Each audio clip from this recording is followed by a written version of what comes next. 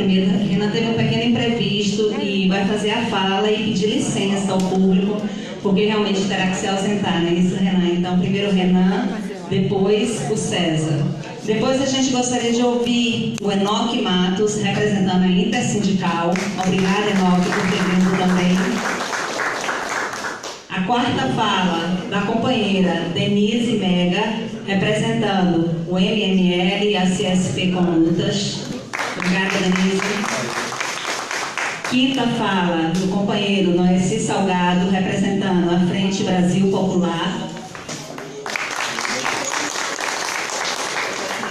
A sexta fala e o sexto convidado, Gustavo Mascarenhas, colega, companheiro de luta do Afronte.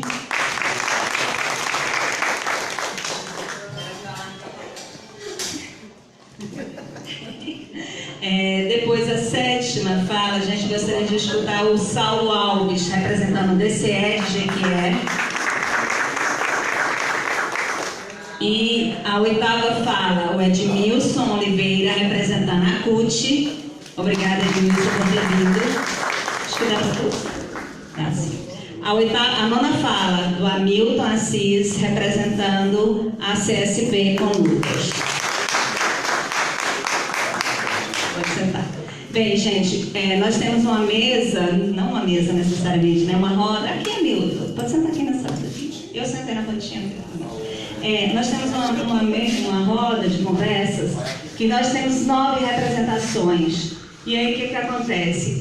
A gente vai dar 8 minutos para cada camarada, companheiro, poder falar. E a gente vai ter que ser bem religioso, bem... Bem religioso é ótimo, né? Mas bem rigoroso, era isso, bem rigoroso no tempo, porque para que a gente possa dar prosseguimento à atividade, tá bom? Então, como eu disse antes, a gente vai começar escutando, né, Renan, do FDI, para fazer suas considerações, né, com o tema da mesa, os desafios da classe trabalhadora frente aos ataques do capital e dos governos federal, estaduais e municipais. Falar um pouco da experiência do FDI de vocês, né? Fica à vontade, obrigada. Boa noite, Jana. Boa noite a todos e todas. Agradeço a organização do evento por estarmos aqui nesse debate tão necessário nos nossos dias atuais, dias de enfrentamento, de luta, de resistência, e para a gente falar os desafios que nós temos como classe trabalhadora diante de tudo que tem acontecido, desses ataques que nós temos sofrido dos governos federal, estadual, municipal. Eu estou representando aqui a FLB, a FDI, que é a Frente Democrática de Itapetinga. Nós somos de Itapetinga, uma cidade muito conservadora, do boi, do chifre, de coronéis e dos gedéus da vida, mas que a gente é uma constância naquela cidade o tempo todo, no enfrentamento para a gente garantir os debates, garantir o avanço, garantir conquistas e garantir também que a gente consiga avançar no meio de uma cidade que tem um título. Olha que título horroroso. Foi uma das 3 cidades onde Bolsonaro ganhou. E no dia que Bolsonaro veio aqui, o prefeito estava aqui com a camisa Itapetinga, que é uma das cidades onde você foi eleito, no primeiro e no segundo turno. Vergonhoso para nós itapetinguenses. Uma vergonha. Então é no meio dessa cidade, onde a gente está, nesse cenário, onde a representação do federal está muito presente na presença do prefeito e, de certa maneira, nas atitudes dessas pessoas. Para vocês terem uma ideia, nós estávamos fazendo um evento antes da eleição e o nosso carro lá de Itapetinga, que estava fazendo um anúncio, foi preso.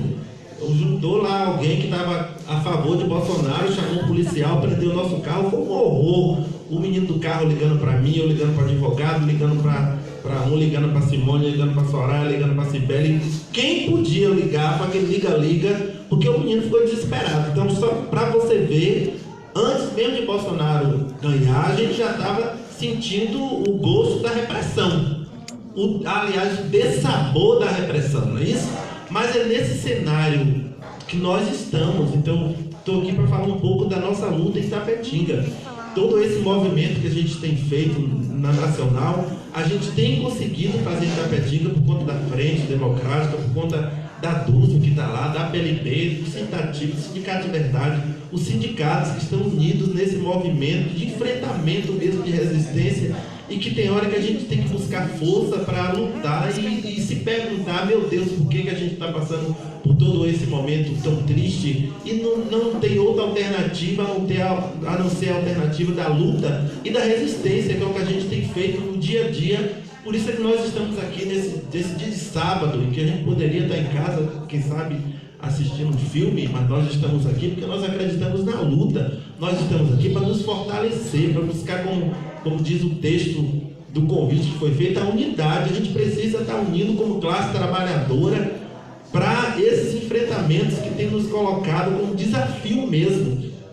E que é muito difícil nós lutarmos, às vezes, na cidade onde nós estamos. Para vocês terem uma ideia, se Itapetinga foi uma das 3 cidades onde Bolsonaro ganhou, a nossa representação da classe trabalhadora, para você ter ideia, os professores, que nós representamos professores, trabalhadores da educação, a maioria deles votou em Bolsonaro e até hoje está defendendo. Quando a gente vai falar nas assembleias, que a gente faz um pouco de conjuntura política, que a gente toca o nome, aí já vem o nome de Bolsonaro, fala de Lula! Fala de Lula também! Para você ver como nós estamos sofrendo nesse momento. Para a gente fazer uma conjuntura política é difícil. E às vezes a gente tem que se perguntando, e a gente está aqui também para ter resposta.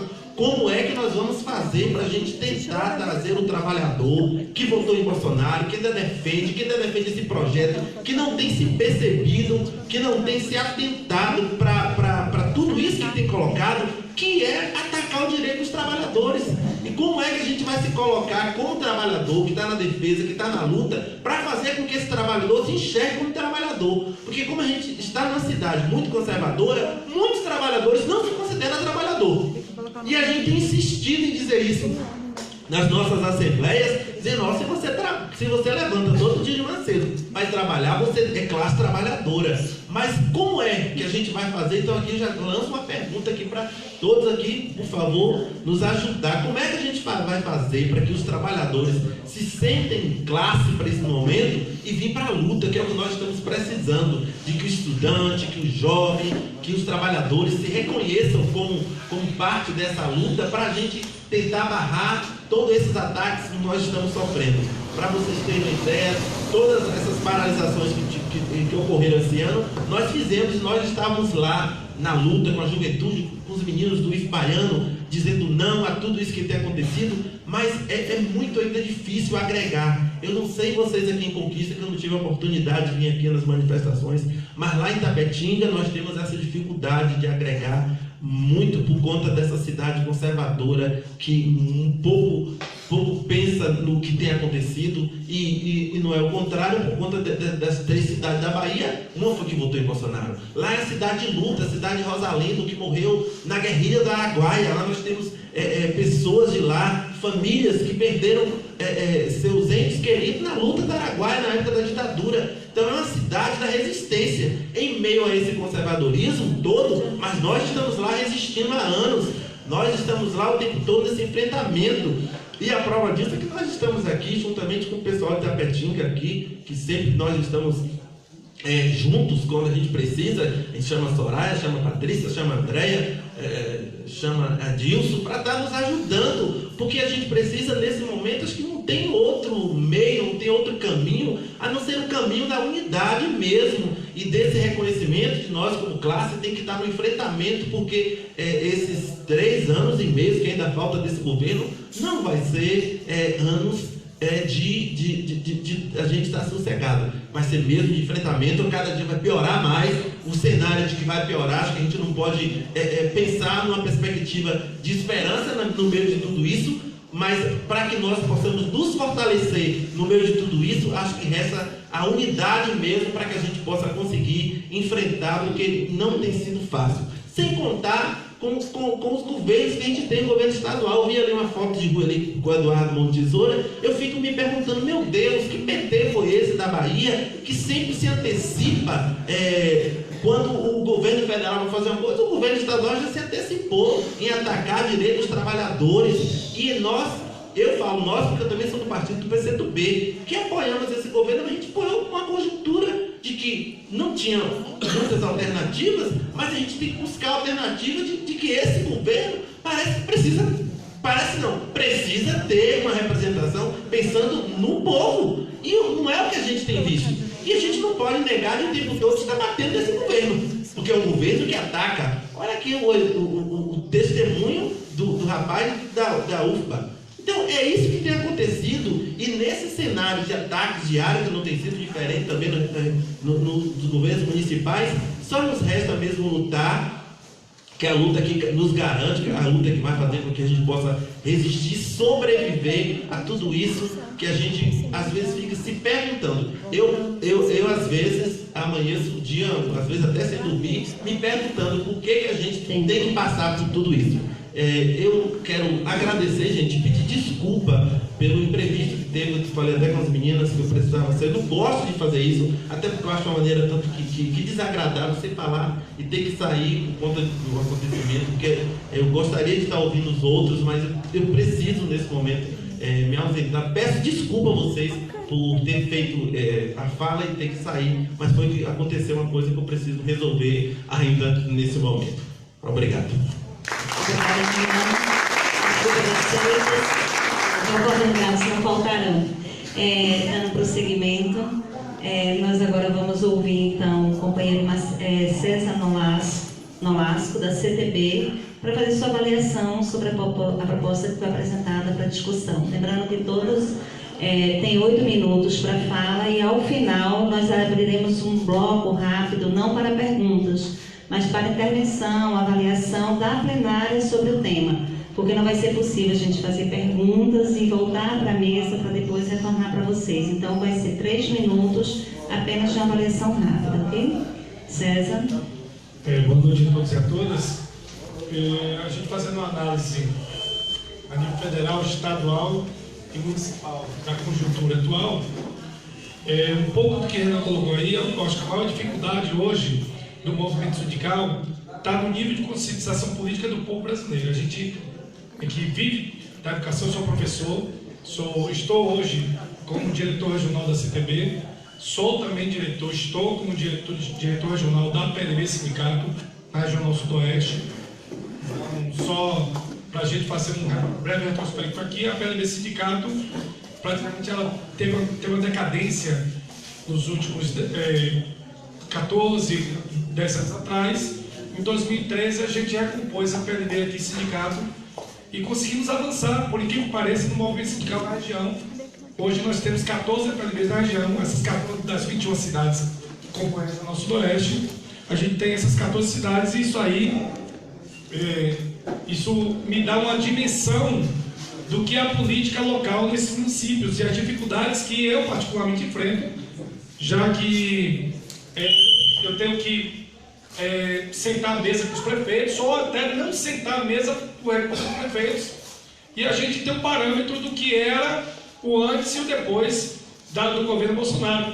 Essa mudança de paradigma aí que aconteceu no Brasil, essa crise existencial, para botar assim, essa crise cultural da população brasileira, que aí Renan coloca aí uma coisa que eu acho que todo mundo se pergunta o que está acontecendo no Brasil hoje. Eu acho que a história só vai explicar isso daqui a uns 50 anos. A gente não tem... A gente fazer história recente é muito complexo, entender a história recente.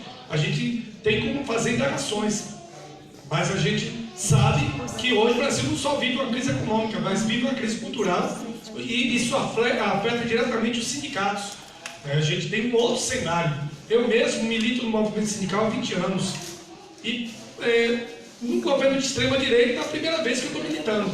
Certo? E estou enfrentando as mesmas dificuldades do que ele está colocando. Mesmo vivendo uma cidade progressista como Conquista tem uma história de sempre ser uma cidade de resistência. Certo? Mas elegeu recentemente um governo de direita. Certo? E aí eu vou falar um pouquinho desse governo distante, do que nós vivemos, porque eu também sou servidor público municipal, né? Sou professor da rede municipal de Vitória da Conquista, e sou também professor da rede estadual, então eu posso, enquanto trabalhador, falar, mas como dirigente sindical também é bom se posicionar. Nós vivemos realidades muito parecidas, certo? do que vive o pessoal de Tapetinga, não é muito diferente não, de toda essa região. Eu acho que tem uma onda, né, muito bem articulada entre os governos para poder retirar direitos dos trabalhadores. E a categoria de trabalhadores está tendo dificuldade de se mobilizar por causa da sua consciência política, que também está sendo afetada. Nós temos trabalhadores e até sindicalistas que defendem o governo Bolsonaro, certo? Eu não vou citar aqui por questão de ética, mas eu tenho uma PLBs em determinadas cidades que são bolsonaristas, certo? Aí você se diz, e aí você contra-argumenta, me excluir até do grupo do WhatsApp, que a gente vai contra-argumentando, vai mostrando a realidade, e hoje é um problema que também afeta a sociedade atual. Não quer debate, a sociedade atual ela quer fugir da discussão, do debate, prefere o quê? Se omitir, criticar, tapar os ouvidos e até partir por uma agressão verbal do que propriamente partir para o debate político. Eu disse em alguns grupos que eu que venho da década de 80, certo? Sempre criticando governos, certo? Sempre, porque nosso papel é esse, ter um olhar crítico diante da realidade. Até o governo Lula, crítica em cima da reforma da Previdência de Lula de 2003, recebeu várias críticas até do próprio PT, do movimento de esquerda. Nós fomos para a rua em 2003 contra a reforma da Previdência de Lula, certo? Contra o mensalão, certo? A gente criticou o governo de Dilma, certo? Papel nosso, a sociedade, ter um olhar crítico. Hoje a gente está sendo praticamente forçado a uma situação de se segurar nessa parte crítica. E aí fica até difícil para a gente fazer o trabalho de amadurecimento político, de conscientização política da população. Você vai para dentro da universidade, por exemplo, hoje muitos alunos se negam a debater, se negam a ampliar o debate. Isso fica difícil para a gente, enquanto sindicalista, né, que nós trabalhamos muito em assembleias, discutir. Eu fiz um debate em Bicoara sexta-feira passada, a gente fez um debate muito intenso, certo? E 2 filiados, quer dizer, nós tivemos lá muitos filiados, né, mas 2 pessoas se desfiliaram no sábado, porque era o Bolsonaro, certo? Não aceitaram a condição de... Não pode criticar mais o governo, certo? Então, nós estamos vendo essa realidade. O avanço do governo federal frente às conquistas trabalhistas, né, que a gente está sentindo agora, certo? Já foi, quer dizer, o golpe foi, eu acho que o ponto-chave para que a direita pusesse em prática o que o professor colocou hoje, o palestrante colocou hoje aqui, certo? Sua política econômica em voga e retirada de direitos trabalhistas. E sempre com o argumento fraudulento, argumentos mentirosos. Quando se implementou, por exemplo, a reforma trabalhista, porque vai gerar mais empregos, a gente está aí vivenciando 12 milhões de desempregados e mais o dobro de subempregos, mais 12 milhões de subempregos. Muita gente não tem emprego para trabalhar com Uber, para trabalhar, entendeu?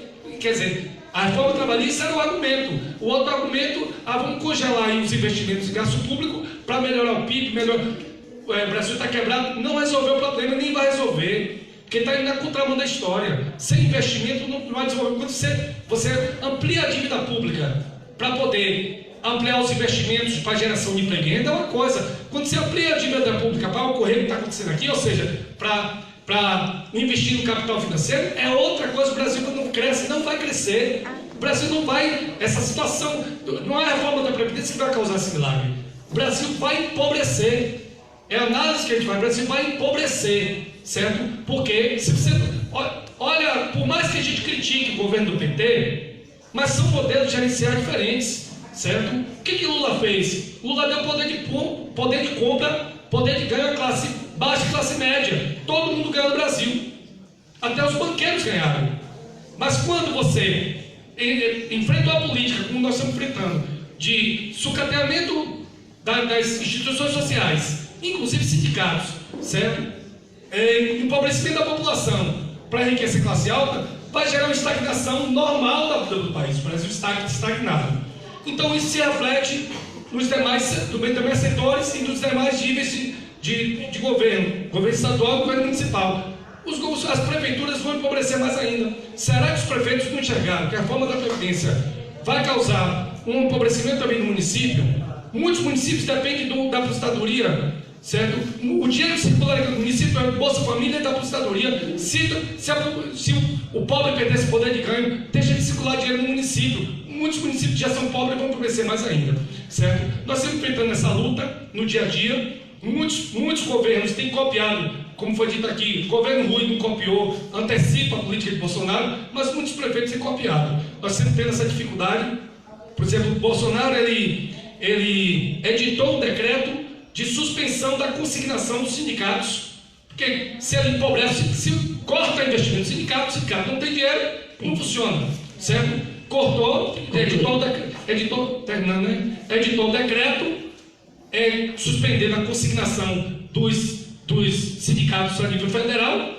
Resultado que os prefeitos copiaram, não era para a prefeitura. Muitos prefeitos, eu vou citar aqui, Brumado, Belo Campo, Aracatu, Bicoara, Barra da Chila, suspenderam a consignação dos sindicatos. Local, suspenderam. A gente está tentando, está revertendo tudo isso na justiça. Só que às vezes demora um pouquinho. Ontem mesmo saiu a liminar de Belo Campo, mas isso já tem que o sindicato fica 2, 3, 4, 5, 6 meses sem dinheiro, certo? Enfraquece a luta. E a gente tem que convencer os trabalhadores a partir com a luta, como a gente está tentando convencer para o dia 13, fortalecer o movimento dia 13. Então, não tem como estender mais o tempo, mas o cenário é esse, é muito complexo. Eu acho que a pergunta de Renan fica para a gente aqui. Temos que encontrar desafios, encontrar formas de enfrentar uma situação que para muita gente é nova, certo? Obrigada, César. Desculpa. Eu vou perguntar o seguinte: com 7 minutos eu vou avisar 1 minuto, que eu acho que ajuda um pouco, pode ser? Ok. Agora a gente vai escutar a Enoque Mas falando pela Intersindical. Uma boa noite a todos e a todas. Em primeiro lugar, parabenizar a DUSB, a CSP com Lutas. Dentro da temática, acho que a DUSB e a CSP se antecipa a uma saída para os desafios para a gente. Não existe outro mecanismo que não seja a unidade. E aí está de parabéns, CSP está de parabéns, a DUSB por essa iniciativa e todos nós que estamos aqui presentes que temos que dar efetividade a essa ação inicial que foi feita pela DUSB e a CSP. Em primeiro lugar, falar que nós vivemos no cenário de um golpe jurídico, midiático, parlamentar, né, que está se mostrando a cada momento aí, e as revelações está afetando inclusive aqueles que fizeram o golpe. Isso está sendo muito interessante. O cenário dessa conjuntura nos coloca no governo fascista. Isso não tem outra qualificação para esse governo. Um governo que vai atacar e tem atacado diariamente os trabalhadores. A intenção desse governo é acabar com o Estado, ou seja, transferir tudo para a iniciativa privada. A reforma trabalhista, que foi o primeiro salto, que ia gerar não sei quantos milhões de empregos, nós temos hoje, saímos de 12 mil para 15 milhões de desempregados no Brasil. É um dado que demonstra que não houve efetividade naquela promessa que a gente já sabia que não ia acontecer. No caso mais recente nosso, da reforma da Previdência, que nós conseguimos derrotar no governo Temer, nós estamos agora na segunda etapa. Nós já tivemos aí um freio em relação ao Congresso Nacional, à Câmara dos Deputados, passou já nas duas sessões, não, os dois turnos, e vamos agora para os 2 turnos do Senado. O Senado aponta a possibilidade de retomar a questão primordial que era da reforma da Previdência, que era a capitalização. E o governo, se antecipando a isso, anunciou ontem ou hoje que vai lançar uma PEC paralela, já para começar o debate na Câmara dos Deputados, para retomar esse processo que foi retirado para poder minimizar o processo. E aí que vem alguns elementos que nesse aspecto a gente pode voltar com aquele acordo que foi feito para minimizar os efeitos da reforma da Previdência, que era a questão dos rurais e do BPC. Que a ideia do governo era manter o BPC de R$ 400, e aí teve uma movimentação, inclusive dos prefeitos, que sabiam que ter esse choque. Mas esse cenário que nós temos, estamos aí caminhando agora, já foi aprovado recentemente, o domingo como um dia efetivo de trabalho, né?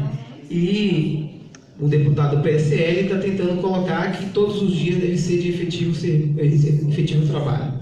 Então nós estamos caminhando para o caos absoluto e a única alternativa que a gente pode pensar a curto prazo é o efeito que nós estamos vendo aqui.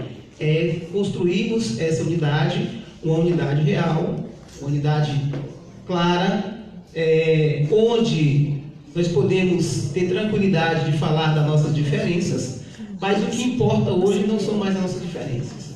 O que importa hoje no cenário é o que está colocado, é derrotar o governo fascista, é derrotar toda essa burguesia e o capital que está por trás disso, porque assim, o próprio capital que está elaborando, está produzindo esse processo, ele amanhã pode se dar conta da barbárie que aconteceu e querer transferir a responsabilidade para os movimentos sociais e também para a esquerda. E aí nós temos uma situação que nós não podemos cair. Já começaram a desenhar a possibilidade de impeachment do atual presidente. Essa é a enganação que nós não podemos adotar. Quem colocou ele lá, encontre os seus beijos de tirar. Nós temos que derrotar esse governo nas ruas. Nosso espaço é derrotar nas ruas.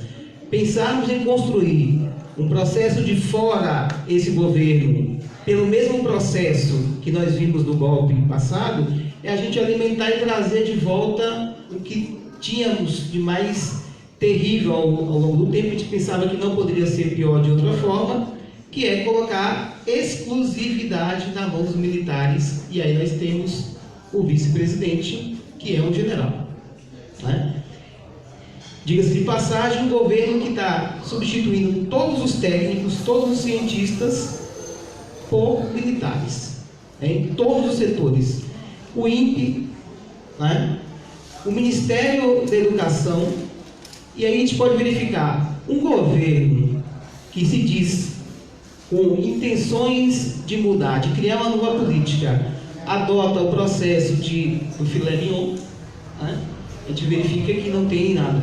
Um governo que fala de uma nova política e traz a compra de votos, porque essa reforma só foi aprovada porque nós tivemos aí a compra escancarada de votos e todo mundo sabe disso e não está acontecendo nada.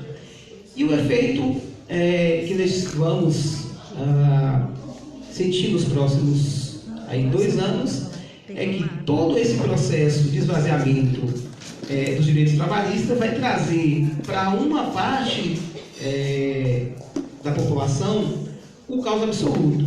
Hoje nós já podemos verificar nas ruas o alto índice de pedinte. Nós tivemos um período aí de 10 anos que você não tinha mais as pessoas naquela crise de pedido. Hoje, se você vai para um grande centro, como São Paulo, Salvador, você entra no metrô, tem 300 pessoas pedindo, né? Fora o alto índice de criminalidade. Isso nos leva a crer que os desafios que nós temos são inúmeros e poderíamos dizer exponenciais. Não dá para pensar hoje de qual seria o maior desafio, porque parece que esse governo consegue inventar um desafio a cada 30 segundos, né? E nós estamos diante de um processo que vai nos levar ao caos. E aí, o desafio que está colocado para o nosso campo é de não cair nesse engodo do impeachment. Porque estão tentando jogar para a gente essa bola, né? Porque eles não têm como segurar e também não querem desacreditar aquilo que eles colocaram como a prioridade do governo deles. Então, para a gente, o maior desafio agora é, de fato, construir essa unidade real e avançarmos na luta, derrubar esse governo nas ruas, na luta, e viva a classe trabalhadora.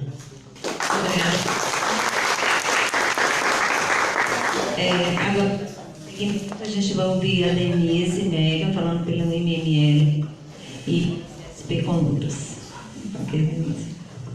Oi, boa noite a todos. Eu sou a Denise Mega, eu sou do MML, que é o Movimento Mulheres em Luta, que é um movimento de mulheres que luta contra o machismo.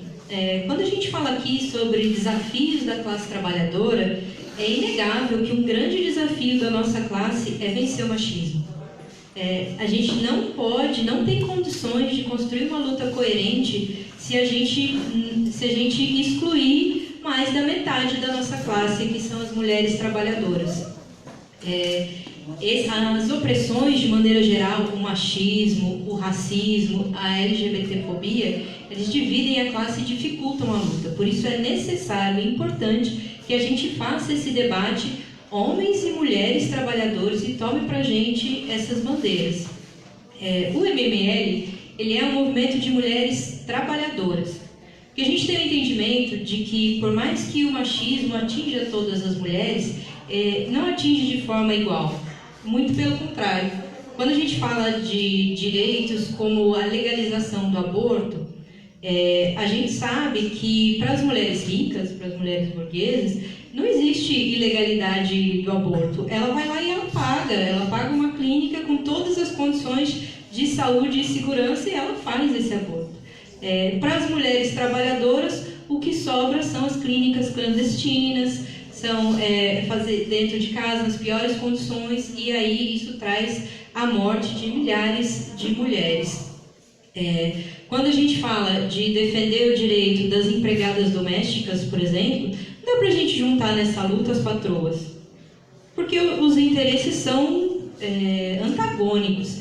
Então, para a gente do movimento MML, é necessário que a gente faça uma luta das mulheres trabalhadoras para que a gente possa lutar contra o machismo, acabar com essa divisão dentro da nossa classe e fortalecer a luta.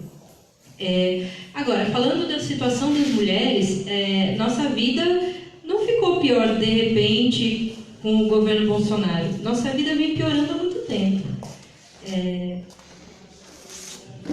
Nossa vida vem piorando há muito tempo. Se a gente pegar de 2003 a 2013, por exemplo, a gente estava sob o governo do PT, os casos de assassinatos de mulheres foram de 3.937 para 4.762, ou seja, um aumento de mais de 20%.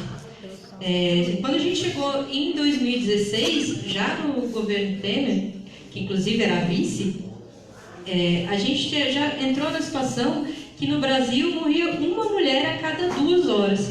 Quer dizer, nesse tempo de debate que a gente fez aqui, quantas mulheres morreram? Hoje, a gente tem uma situação que a cada 2 segundos uma mulher sofre violência nesse país. Registrada. Então, e a gente sabe o quanto é subnotificado a violência contra a mulher. São a cada 2 segundos. O quão chocante é esse dado, né? O quão as mulheres trabalhadoras têm sofrido. Mas a gente sofre também com outras políticas que já vêm de muito tempo. Por exemplo, com a lei antidrogas, que também foi no governo do PT, o encarceramento, principalmente da população jovem e negra de periferia, explodiu. Quem sofre com isso são as mães. Também as mães, as mulheres negras, trabalhadoras da periferia. A gente tem a violência policial. Então, quando a gente faz esse debate, a gente tem um desafio muito grande com o governo Bolsonaro, porque o número de feminicídios está crescendo cada vez mais. Quando a gente fala de LGBTs, por exemplo, a gente tem uma situação que a cada 16 horas morre um LGBT no país. É o país que mais mata LGBTs do mundo. Quando a gente fala de mulheres trans, a situação é ainda mais devastadora. São mulheres que não têm a menor condição garantida de sobrevivência. É uma população que tem uma expectativa de vida de 35 anos.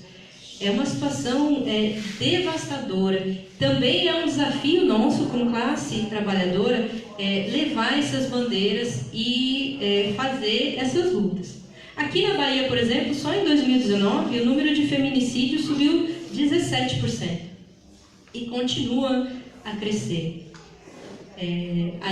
Quando a gente sofreu diversos ataques, e esses ataques que a gente vem sofrendo, eles atingem de uma maneira muito cruel as mulheres.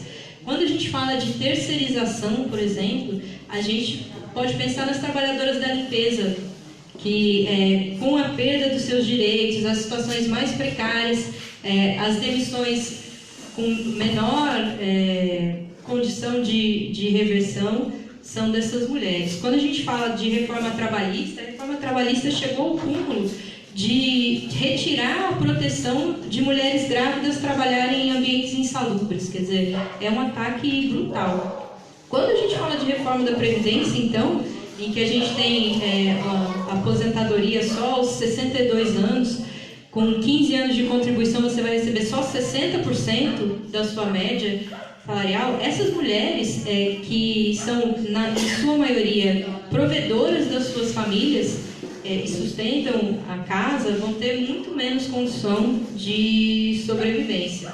Quando a gente fala de pensão por morte, por exemplo, a pensão por morte, se a reforma realmente ficar do jeito que está, ela pode ser menor do que o salário mínimo.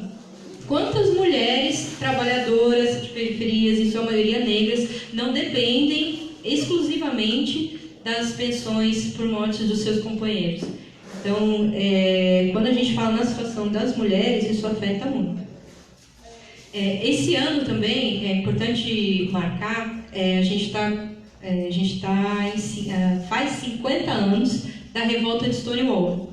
A revolta de Stonewall, ela aconteceu lá em Nova York, numa situação muito repressora para as LGBTs em geral, que durante uma batida, se iniciou durante uma batida policial num bar, que é o bar Stonewall, e as pessoas, cansadas da violência que sofriam, revidaram com paus, pedras, e foi uma revolta que durou em Nova York 6 dias de guerra campal, capitaneado e dirigido principalmente pelas trans, pelos gays, pelas lésbicas. Então, a situação das mulheres, ela é muito difícil, não só agora, não. As mulheres votaram no governo Bolsonaro. Mas a gente precisa entender por que isso aconteceu, é preciso fazer esse debate. O que aconteceu? A maioria dessas mulheres, elas votaram nesse governo porque perderam a esperança com os governos anteriores. Muitos desses votos foram votos contra o PT, contra o que a gente encontrou em relação a esses governos que prometeram e que infelizmente roubaram a esperança da população. Então, para concluir, eu acho muito importante o debate da unidade, mas não pode ser uma unidade para ficar em casa. É imperdoável que a gente não tenha grandes atos durante a votação do segundo turno da Previdência, por exemplo. Agora, essa luta não acabou, a capitalização está vindo aí. Então, é fundamental que a gente construa uma unidade em cima do que nos une, que é a resistência contra esses ataques e a briga pelos nossos direitos. Obrigada, gente.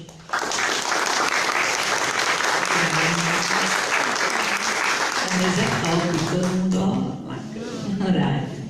Mas é isso. Agora a gente vai ouvir o Noeci Salgado, vai falar sobre pela Frente Brasil Popular. Então, boa noite a todas e a todos. Tá? Eu agradeço o convite, em nome da Frente Brasil Popular, e queria parabenizar a DUSP e as demais organizações que estão e que organizaram esse ato. Eu queria levantar algumas questões, pelo menos as pessoas que me antecederam não abordaram aqui, mas só se me passei de desperceber. Primeiro, a situação dos nossos municípios. Eu queria lembrar isso, eu sei que nós somos uma plateia aqui de professores, de estudantes, etc., que, de certa forma, conhece muito bem a história. Como é que foi a formação das populações nos municípios aqui do nosso Nordeste do Brasil? De onde? Nós viemos de onde? Das colônias, dos guetos quilombolas, se a gente analisar e lembrar, várias revoltas ou pequenas revoltas que nem são, que não estão nos livros. Por exemplo, aqui nós temos uma comunidade católica, a maior comunidade quilombola aqui no município de Zé Gonçalves. Quantos sabem o que aconteceu naquela comunidade em 1960? Eles saíram de pé, de lá e para vir, para a conquista, para lutar por educação naquela comunidade. E veio quase que a totalidade das famílias quilombolas. Então, estou falando de pequenos exemplos, de uma comunidade que está aqui a 55 quilômetros aqui de Vitória da Conquista. Então, só para dizer, nós viemos desses guetos, ou em Conquista, na década de 60. Como era o processo de composição? Como é que era o tamanho de Vitória da Conquista? Nós tínhamos em torno de 80 mil pessoas aqui na cidade. A maior população vivia no campo. Era chamado de agregados e colonos. Tá? E o que aconteceu? E assim, não difere de Itapetinga, não difere de nenhum município.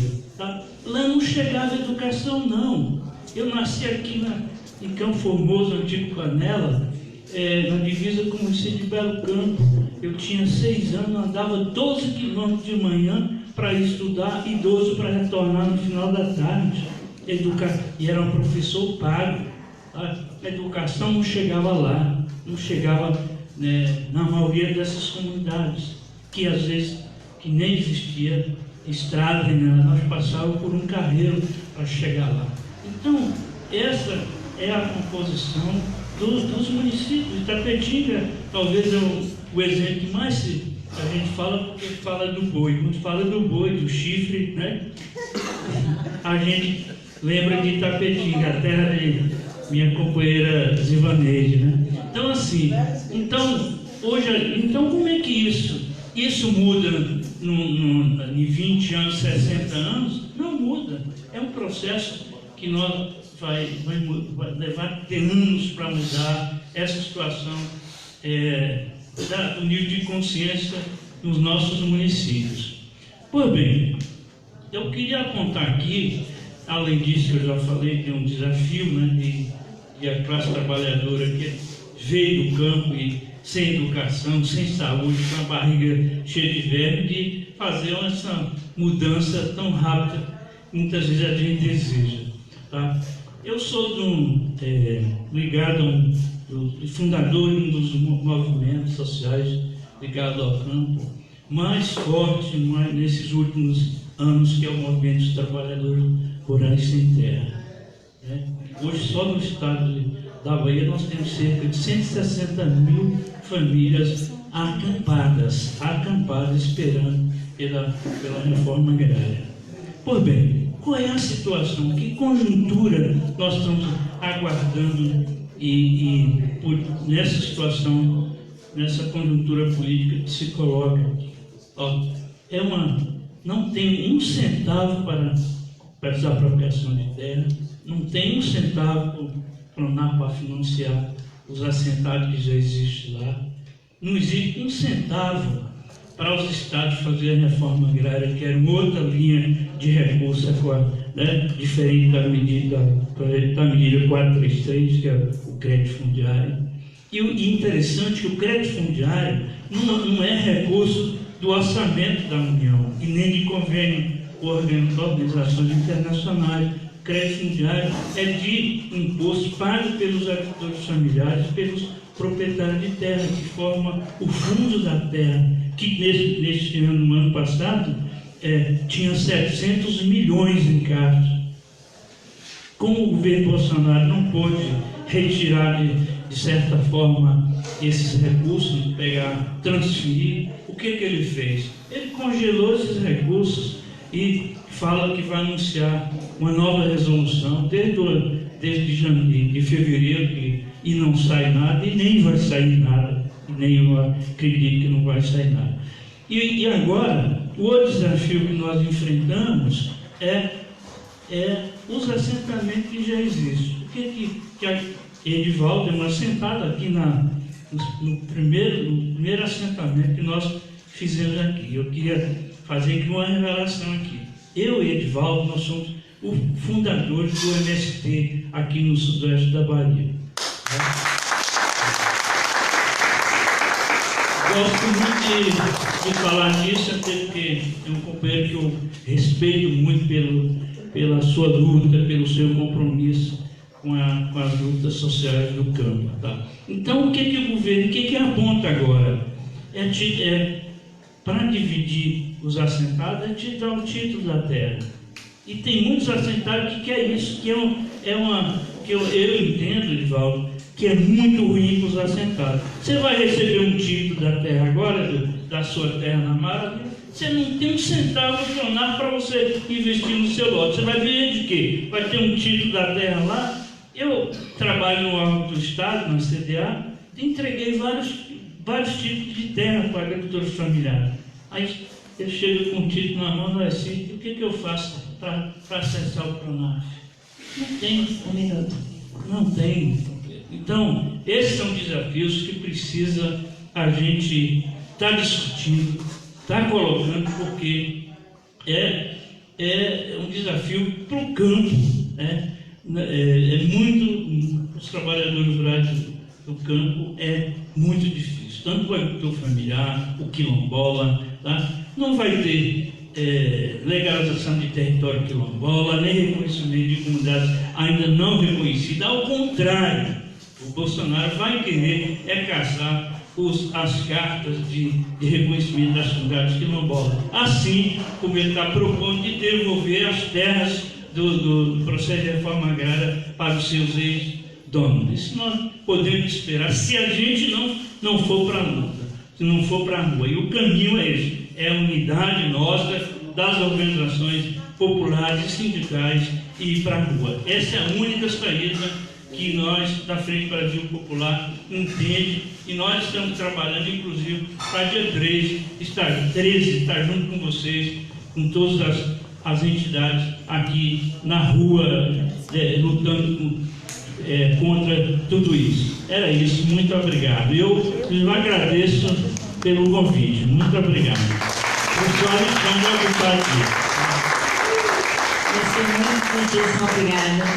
Dando seguimento, a gente vai escutar agora o companheiro Gustavo Mascarenhas, que vai falar pela fronte. Como? 4, 6, ok. Boa noite, companheirada. Eu acho que, pelo que nós discutimos durante o dia, a palavra foi muito repetida. Eu acho que a palavra da ordem hoje no Brasil é resistência.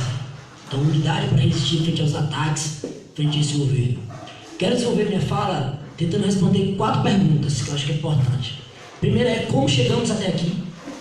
A segunda é em quais condições lutamos.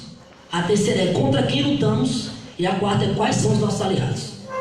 Todas as respostas devem apontar para a mobilização permanente da classe trabalhadora, da juventude, dos setores oprimidos. Somente a mobilização permanente das massas, nos piquetes, nas greves, nas grandes mobilizações, vão trazer de volta, vão trazer nesse momento a garantia dos nossos direitos e podemos depois avançar no revide, porque não temos dúvidas, eles não são invencíveis, apesar de todas as dificuldades. Então, a primeira pergunta, como chegamos até aqui? É possível compreender a eleição de Bolsonaro sem compreender o golpe jurídico parlamentar que aconteceu em 2016. E é impossível compreender esse golpe sem fazer uma análise honesta da realidade do que foram os governos de conciliação de classe no Brasil. Que tiveram avanços importantíssimos, sobretudo no Nordeste, luz para todos, água encanada, expansão do Bolsonaro e tudo mais, mas cobrou-se um preço muito caro. O preço de abdicar de pautas históricas da esquerda, como a auditoria da dívida pública, que foi esquecida, como a reforma agrária, que foi esquecida nos 13 anos do PT, e, sobretudo, um preço muito caro, que é apostar de todas as vitórias viriam das negociações do governo com o Congresso e não da mobilização da classe trabalhadora. Então, nós passamos 13 anos com a classe trabalhadora sendo domesticada. Fiquem em casa, não vão para a rua. Nós vamos negociar os direitos com o Congresso. Fiquem em casa que nós somos o Messias. Eu sou o Messias, Jesus, a verdade e a vida, eu vou salvar a classe trabalhadora.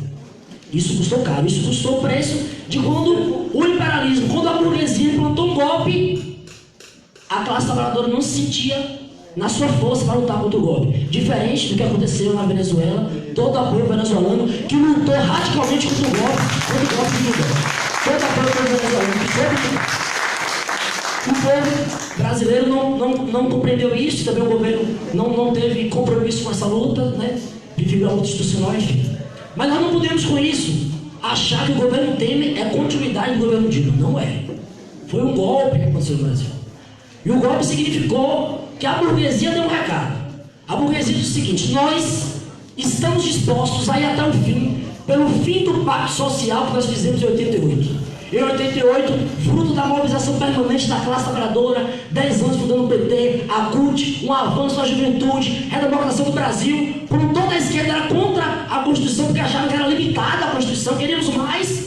A burguesia, né, para não perder os dedos, deu os anéis, fechou o pacto social da Constituição de 88. E em 2016 a burguesia fala: eu não quero mais esse pacto, quero mais, porque a burguesia tem sede.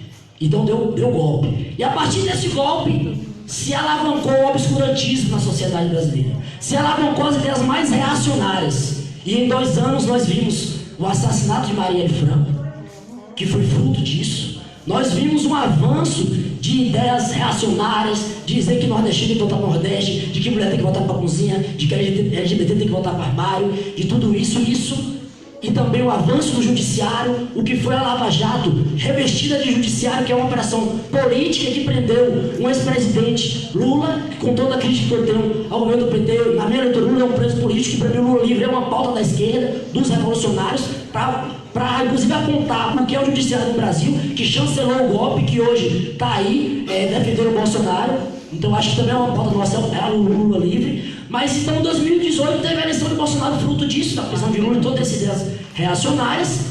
E nós começamos 2019 no meio disso, né? Em quais condições de lutar? Há um avanço reacionário, há uma disputa de consciência da classe trabalhadora que está muito difícil, pessoas da nossa família, pessoas que são pessoas, né, de bem, digamos assim, que votaram em Bolsonaro e apostaram nesse projeto. Então, 2019 começou muito difícil, mas a classe trabalhadora deu uma resposta. Por quê? Em 2018, nós tivemos uma derrota política. Não foi somente uma derrota eleitoral, foi uma derrota política, mas não foi uma derrota histórica.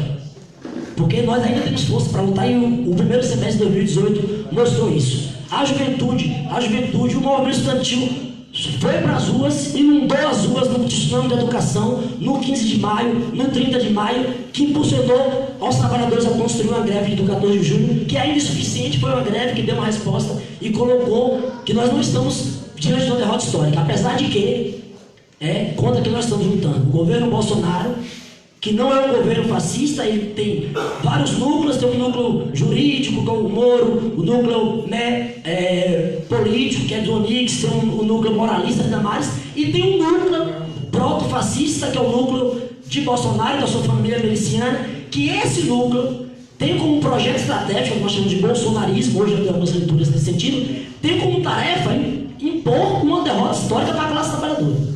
Esse é o objetivo de Bolsonaro. É impor uma derrota histórica para a classe trabalhadora. Para o projeto de Bolsonaro, todas essas salas têm um risco de vida.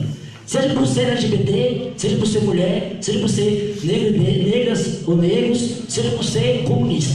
Então todos aqui, para Bolsonaro, correm risco de vida.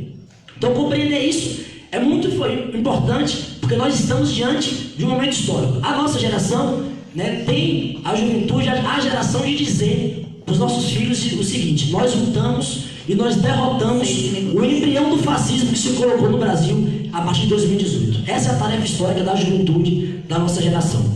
E aí, resgatar muito a frase de Marighella: apesar de tudo isso, nós não temos tempo para ter medo. Então essa juventude que se colocou na rua no 15 de maio, no 30 de maio, que vai para a rua no 13 de agosto, é uma juventude sem medo. É uma juventude com a cara dos negros e negras que lutaram e lutam, cobrando justiça por Marielle Franco, por Rafael Braga.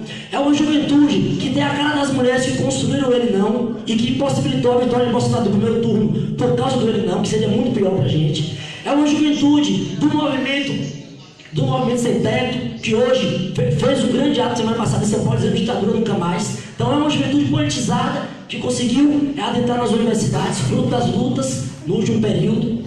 E essa juventude vai ocupar as ruas, vai dar o novo sistema de educação no 13 de agosto. e impulsionar a classe trabalhadora para resgatar a sua confiança. Só a auto-organização da classe trabalhadora, dos setores oprimidos, da juventude, é que vão conseguir essa resistência. E é fundamental, aqui concluo com isso, entender quem são os nossos aliados. Porque nós construímos esse primeiro ano uma greve histórica nas universidades estaduais da Bahia. E que deixou um recado muito claro. Aqueles que cortam da educação, entendendo que a educação é o setor prioritário contra o governo Bolsonaro, contra o seu projeto fascistoide, que faz a resistência, então aqueles que cortam na educação, que escolhem precarizar a educação pública, não é o nosso aliado. Portanto, infelizmente, o governador Rui Costa, que foi eleito muito para atender a tarefa de ser uma resistência contra o Bolsonaro, Rui Costa não quis pegar essa tarefa. Rui Costa hoje, infelizmente, não é um aliado contra o Bolsonaro. Por quê? Porque ele faz uma escolha política de atacar a educação, de negociar a reforma da Previdência. A tarefa de Rui Costa indo para o Congresso é dizer: eu quero que o Estado da Bahia entre nessa reforma. Rui Costa vai ao Congresso e negociar com ele, vai para dizer assim: ó, eu quero que a Bahia entre nessa reforma. Né? Então, para concluir, nós precisamos compreender que esse momento histórico é o momento de construir uma frente única, onde as organizações da classe trabalhadora, os partidos da classe trabalhadora, os coletivos de juventude, de mulheres, negras e negros, os sindicatos precisam fazer uma frente única, de pensar projeto, de construção orgânica, de fazer reuniões ordinárias, para tentar dirigir essa resistência em grandes unidades de ação. E aí, na unidade de ação, quando nós formos para a rua, quem quiser vir para a rua pode vir conosco, mas quando nós sentarmos para discutir a resistência e quais as estratégias dessa resistência, tem que ser somente as organizações da classe trabalhadora, porque nós não podemos apostar o nosso futuro para nenhuma organização que seja vacilante nesse momento, que diga: eu não sou nem esquerda nem direita, esse debate não nos serve. A saída é pela esquerda, e só a organização da classe trabalhadora e a luta permanente, mobilização permanente dos setores oprimidos e explorados é que devemos sair. Como dizia Che Guevara, cooperada: se o presente é que luta, o futuro nos pertence. Muito obrigado. Agora a gente vai passar o microfone para Saulo Alves, representando o DCE de Jequié. Boa noite, gente.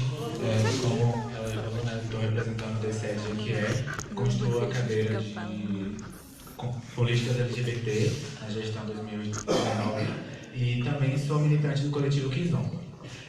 Para falar sobre a questão dos desafios dos trabalhadores e trabalhadoras nessa conjuntura, a gente precisa também falar da juventude, dos estudantes que serão essa nova classe trabalhadora no futuro, porque esse possível futuro. E isso tudo começou o quê? Com 2017, com a reforma trabalhista, que veio com essa promessa de criar novos empregos, flexibilizar os horários e tal, mas a gente viu aí, como os companheiros falou, estamos já com 15 milhões de desempregados. Desses 15 milhões, 4 milhões e meio é só de jovens de 18 a 24 anos. E desses 4 milhões e meio, ainda tem mais 3 milhões que são, o termo usado, né, os desutilizáveis, os não utilizáveis, que são jovens que não estudam, nem trabalham e não têm nenhuma perspectiva de vida. Então, a gente tem que tentar mudar essa questão. Mas o que acontece, então?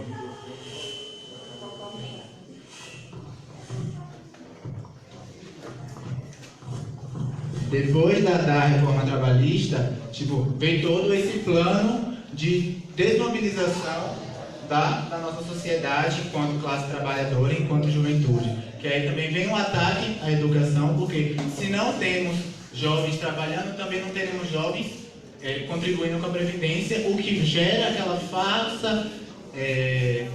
aquele falso argumento do governo federal que a Previdência está em déficit. Que não está em déficit, a gente já provou com a CPI da Previdência anteriormente, como o companheiro ali falou.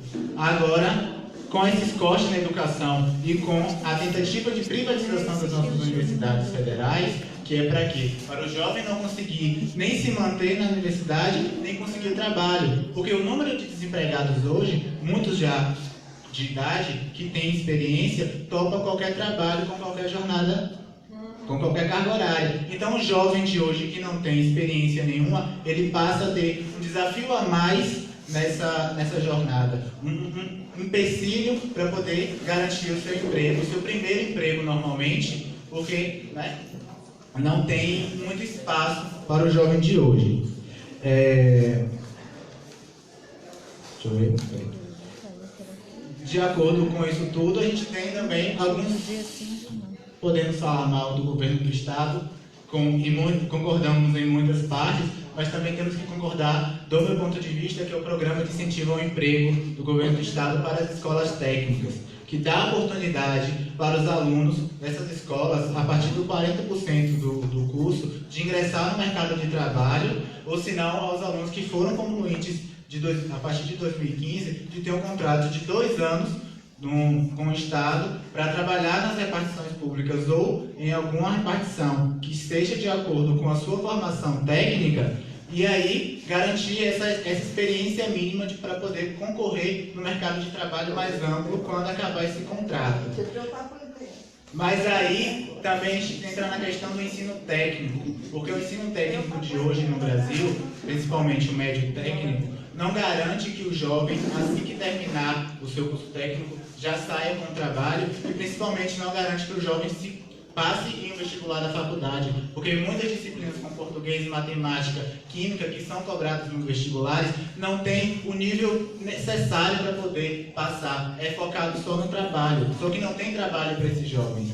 Em Jequié, por exemplo, nós temos três escolas de ensino médio técnico, e um é o Instituto Federal. Esse sim, por ser um Instituto Federal, garante que o jovem consiga passar na faculdade, mas não garante que o jovem consiga um emprego.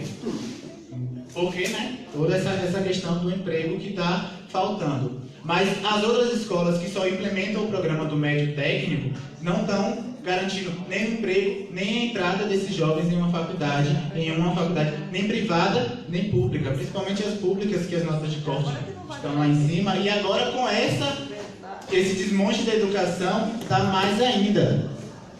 Botar todo mundo embaixo do pé e pisar. Bem isso. Com esse desmonte da escola pública, está mais ainda. E aí, uma discussão que a gente tem que fazer... Oi, gente, desculpa que eu estou nervoso, pessoal. Primeira vez que eu participo de uma mesa. Tá.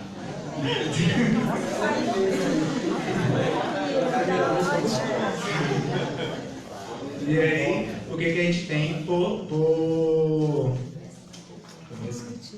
para discutir? Que toda essa juventude que está entrando, que a gente, por exemplo, a gente viu o colega que hoje estava oferecendo brigadeiro, porque a gente entra naquela questão que os jovens não conseguem um trabalho, não conseguem estudo e entra para a informalidade, entra para fazer atividades. Pode até conseguir um trabalho, mas não com carteira assinada, porque o patrão não vai querer pagar os seus direitos na carteira, vai trabalhar mais do que a CLT, né, hoje permite, e aí muitos até entram para o mundo da ilegalidade, já não passa mais para a informalidade, já vai para o mundo do crime, digamos assim. E aí tem a questão do aumento da violência, tem a questão toda que gera a partir dessa falta de investimento na nossa juventude de hoje. Mas aí, como falaram anteriormente, né, nós temos que nos mobilizar para o dia 13 e para outros atos que vão ter, porque esse não será, nem foi o primeiro, nem será o último. O Tsunami da Educação veio dia 15, veio dia 30 de maio e agora virá de novo dia 13 de agosto para construir, para lutar nas ruas, nas praças, em todos os espaços possíveis que a gente tem. Acho que é só isso. Obrigado.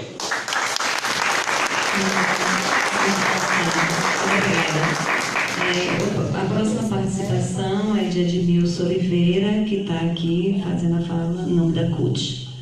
Obrigada, Edmilson. Boa noite a todos e a todas. Gostaria de agradecer aqui o convite da 12, CSP com Lutas, todos os demais aqui. É um prazer estar aqui discutindo um tema que é importantíssimo, né? Devido ao que estamos vivendo hoje no Brasil. Eu costumo dizer que hoje a gente está vivendo um avanço do capitalismo sobre o trabalho. De que forma? Para baratear o custo, né, do trabalho. O companheiro citou ali a questão da Venezuela. A gente tem nem só a Venezuela, a gente tem outra situação também na Argélia, onde o povo argelino não aceitou a ingerência, né, do imperialismo, sobretudo o imperialismo norte-americano, e se revoltou contra aquilo que é só paliativos, né? Existem várias situações que é implantar um governo que não rompe com essa questão do imperialismo. A questão da Venezuela, eu ia até trazer um destaque também, bem colocado. Se a gente parar para imaginar o cerco que é feito na Venezuela, o governo não cai. E aqui no Brasil, rapidamente, a gente sofreu um golpe em 2016 e estamos caminhando aí para uma situação que a gente não sabe onde vai dar, né, que é realmente a retirada de direito, jogar, como foi colocado aqui, a reforma da Previdência, ela joga muitos trabalhadores, sobretudo trabalhadores do campo, pessoas dos municípios que defendem hoje, né, da aposentadoria para movimentar a sua economia, né, vai jogar esse município numa situação de dificuldade. E eu vejo hoje pessoas, né, governos municipais defendendo, né, essa reforma da Previdência. Então, o desafio, claro, que para a gente está colocado é uma resistência, como ele colocou ali, e uma unidade, né? A CUT chama, né, a todas as centrais, todos os movimentos para unidade, para sair às ruas no dia 13, né, para a gente lutar contra a reforma da Previdência, combater de todas as formas, porque a gente lutar contra a reforma da Previdência é a gente também lutar pelos nossos direitos. E isso a gente faz, é importante quando a gente fala em unidade, porque a gente vamos fazer uma frente única da esquerda, partidos, movimentos, enfim. Mas o que a gente essa frente? Essa frente vai discutir o quê? O que a gente vai propor de fato, né, para a gente enfrentar esse governo que está aí. É isso que a gente precisa pensar. Eu realmente ainda não tenho ainda, né, não consegui chegar ainda, né, nessa resposta do que a gente precisa propor, um projeto de político para a gente propor, para a gente poder enfrentar o governo Bolsonaro.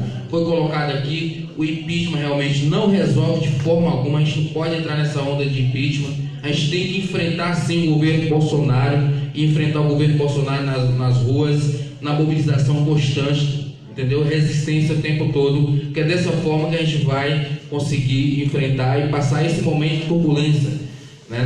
Nosso sindicato, os movimentos sindicais, de um modo geral, está sofrendo muito, está sendo muito atacado pela política do governo Bolsonaro. Nossa realidade mesmo é uma realidade muito difícil, né, no momento que a gente está vivendo. E se a gente não mobilizar, se a gente não ir nessa luta, a gente não vai conseguir, né, ir em frente. Só para uma situaçãozinha curiosa, né, eu tinha César foi colocar ali na questão da questão cultural, né, e no conservadorismo que tomou conta do Brasil. Eu tinha um amigo no Facebook que ele era evangélico, votou no Bolsonaro, é empregado, inclusive chegou a falar comigo, comentar que não sabia de alguma coisa para ele fazer, que estava desempregado, e defende, né, a reforma da Previdência. Tanto é que eu fui debater com ele, me bloqueou no Facebook, porque eu trouxe o argumento para mim de que a reforma da Previdência, como foi colocada na mídia, também vai gerar emprego, assim como a reforma trabalhista. Eu dei para ele o exemplo da reforma trabalhista, que não gerou emprego, muito pelo contrário, né? E a reforma trabalhista nem só não gera emprego, como também dificulta a arrecadação, né, para a Previdência, né? Porque a subateação do emprego, né, você não tem recolhimento da reforma da Previdência. Então, uma coisa está ligada à outra. Então, é isso, companheiro, que eu gostaria de colocar. É importante que a gente esteja nessa unidade. A CUT chama, sim, para a unidade, chama todos os movimentos para a unidade, para estar na rua no dia 13. Mas a gente também precisa discutir, chegar às periferias, discutir com os companheiros que estão na periferia. Só um destaque muito importante, que é para a gente fazer um paralelo com o pessoal da Venezuela, com aqui no Brasil. Vai nos projetos Minha Casa Minha Vida lá, que tem gente lá defendendo com unhas e dentes o governo Bolsonaro. Essa é a diferença para a gente pensar, porque na Venezuela foi politizado, os trabalhadores são politizados, e nós, todos, nem só o PT, como todos os partidos de esquerda, não fez essa politização dos trabalhadores. A gente conseguiu avançar, conseguiu levar esses benefícios, mas a gente não politizou para que o trabalhador tivesse, para que a gente tivesse essa resistência. Então, fica aí, né, a minha fala para que a gente possa estar construindo essa unidade. Obrigada, Milton. E agora a gente vai escutar Milton Assis, SP Computos. Ufa! Agora chegou. A plateia está cansada, muita gente curtiu ali, né? Mas então, boa noite a todos e todas. Nós temos muitos acordos com muitas falas que foram feitas aqui. Acho que alguns elementos que trouxe que o debate sobre a questão da dívida pública trazido por Tito também ajudou a jogar muitas luzes sobre esse processo da nossa análise. As diversas intervenções das companheiras, inclusive a análise da companheira do ML, trazendo a questão das mulheres, e o companheiro trazendo a questão da juventude e dos trabalhadores rurais, ilustra um pouco para a gente ter uma noção, né, de como está as diversas categorias, segmentos de trabalhadores hoje, para a gente ter uma noção. Mas eu vou trazer uma realidade aqui, e eu fiquei pensando quando o sofá estava montado aqui, que isso aqui ia virar uma espécie do movimento popular sindical no divã. Tipo assim, nós estamos em crise também. A gente tem que admitir que nós estamos em crise, que o problema da crise não é só o capital. Nós também estamos com dificuldade em construir a resposta necessária para enfrentar o capital, né? E estamos enfrentando uma violenta ofensiva que não é de agora. O melhor momento da classe trabalhadora foi a Constituição de 88, quando nós saímos da luta contra a ditadura militar, pela luta pelas reformas democráticas, etc., pela democratização do país, né? E que nós chegamos até a Constituinte. De lá para cá nós estagnamos. E não estagnamos só porque faltou fôlego. Estagnamos porque mudou também o status da nossa luta. Nós saímos das ruas, do chão da fábrica e passamos a fazer o debate sobre a institucionalidade, tentar eleger governos e disputar o projeto de nação, de país, etc., através das lutas institucionais, das eleições institucionais. Esse é o grande problema.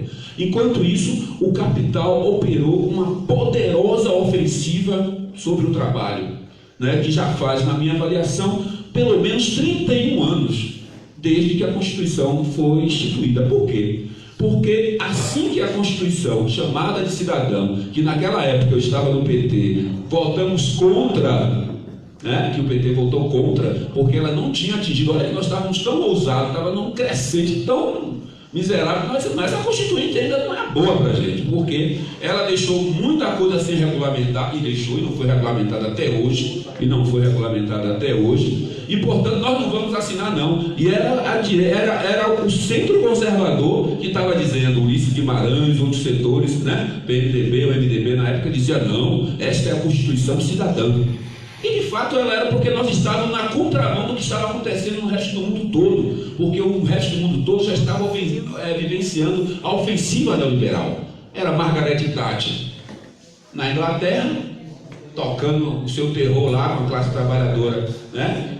Gente, quem sabe disso. Aqui o Chile estava lá, né, com os rescaldos da ditadura do Pinochet, tocando também o seu terror aqui, e era que se via de referência, né, para a saída que o capital apresentava para a crise que ele produz ciclicamente. Era essa a coisa. E ele não abriu mão da implementação dessas políticas. E o que nós vimos ao longo desses 30 anos, né, de uma certa forma, é um recuo durante os 12 anos do governo do petismo, mas que de forma mitigada, mas que também foi implementada essas reformas, né, todos esses conceitos de forma mitigada, mas estavam lá presentes, ou seja, o capital não deixou de avançar na sua ofensiva, ele diminuiu apenas seus ritmos. E o que é que ele fez? Ele fez uma reestruturação profunda. Eu trabalhei no polo petroquímico em 85 não, alguns companheiros trabalharam, eu não estava lá nessa época ainda. No polo petroquímico que fez a primeira greve de um polo petroquímico no mundo, tinha pelo menos cerca de 26 mil trabalhadores. Todo mundo ia para a escola técnica para ir depois para o polo petroquímico, que era o sonho de todo mundo. Depois da greve de 85, na década de 90, o polo petroquímico deixou de ser sonho. Por que os caras implementaram? Implementaram uma profunda ação de terceirização através de uma reestruturação produtiva, e ao introduzir novas tecnologias, também introduziu novas formas de gestão do trabalho e domesticou a classe trabalhadora. Quando foi que a classe trabalhadora baiana e brasileira mais fez greve num polo, numa grande indústria desse país?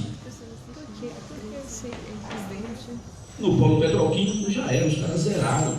Por quê? Os trabalhadores efetivos hoje trabalham no polo petroquímico representam apenas 1/3 dos trabalhadores e todos os trabalhadores que trabalham lá. Ou seja, os petroquímicos efetivamente trabalham, né, Eles representam 5 mil aproximadamente, enquanto os terceirizados representam os outros 2/3 da produção, certo? E as novas plantas, como a da Ford, também seguem o mesmo ritmo. Portanto, fazer uma greve geral, umas condições dessa que a classe trabalhadora está vivendo, é extremamente difícil. Porque, como dissemos aqui, já notamos os dados dos desempregos, etc., uma parte significativa da classe trabalhadora não está no mercado de trabalho. Está no mercado de trabalho, mas não está de carteira assinada, não está empregada. Então ela está no mercado informal, ela está na correria, como é que as pessoas se remetem, né, para a gente sempre, né?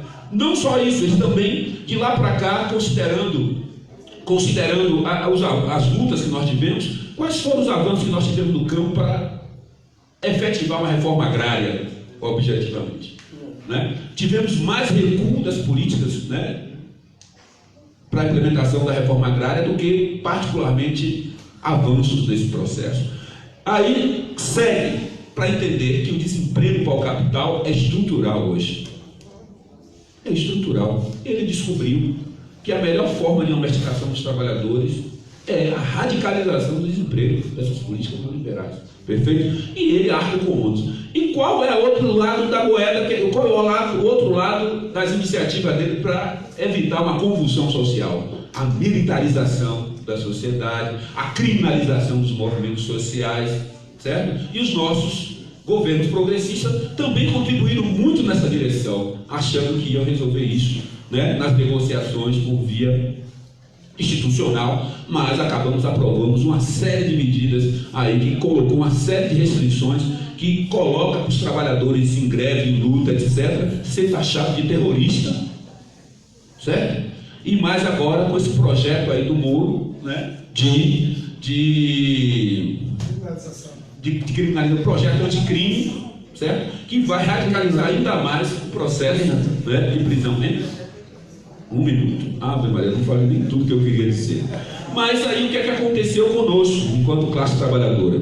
Nós nos desorganizamos, nos fragmentamos nesse período todo, surgiram novas categorias, novas modalidades de trabalho, os trabalhadores desenvolveram novas formas de subjetivação na relação do seu trabalho, e hoje nós estamos caminhando para o trabalhador Uber. É o trabalhador Uber e a empresa Uber. Mas é esse o debate que está colocado aí, certo? Ou seja, a terceirização já passou do limite, não existe mais quarteirização, quinteirização. É esse o debate, né? Então o capital está criando todas as condições para aprofundar e radicalizar, e nós tivemos dificuldade de fazer esse enfrentamento. Lá eu era da CUT, lá na década de 90, sou velhinho, viu? Eu sou um jovem de 56 anos. Então o que é que aconteceu? Nós defendíamos, já prevendo esse contexto, certo, a criação dos sindicatos únicos por ramo de atividade. Qual foi o sindicato único por ramo de atividade que nós criamos nesses 30 anos? Nenhum. Nós desmontamos sindicatos e fizemos novos sindicatos. Foram categorias que se dividiram, novas federações que foram criadas, e tudo isso para acomodar uma burocracia sindical que se transformou poderosa, mas acomodada do ponto de vista, e que se viu, de certa forma, de anteparo, e que contribuiu em muito com o sindicalismo de resultado para a domesticação da classe trabalhadora. É esse desafio que a juventude precisa enfrentar, e é esse desafio que nós precisamos de enfrentar também. É de reconhecer que nós erramos e erramos muito, e que nós precisamos rever uma parte desse processo, e que para rever esse processo nós precisamos fazer essa crítica dura, nós precisamos fazer essa avaliação, esse balanço, certo? Porque propor a unidade, precisa propor a unidade entendendo essas contradições, porque o que nos espera para o futuro, para a classe trabalhadora, é tenebroso, porque nós não estamos conseguindo. Agora mesmo um companheiro me mostrou o celular aqui, vou concluir de fato, me mostrou o celular aqui e disse: olha aqui o que é que o Onyx Lorenzoni vai propor. Ainda bem não acabou a reforma da Constituinte, que nós, né, conseguimos retirar pelo menos o debate sobre a capitalização. Ele vai propor o debate da capitalização numa nova PEC, e nós vamos ficar onde? Minha gente, não tem salvação. Agora, qual é o outro desafio? Como é que a gente organiza e bota na rua esse outro conjunto de trabalhadores que estão desalentados, que nem mais procuram emprego, que estão no mercado informal, que estão no subemprego e que estão precarizados. É esta a resposta que nós precisamos dar, porque esse segmento representa mais de 2/3 da classe trabalhadora que a gente precisa mobilizar, porque essa classe trabalhadora está incluída hoje e consegue ter acesso a benefício, a ter um contrato de trabalho, etc., eles nos chamam de privilegiados.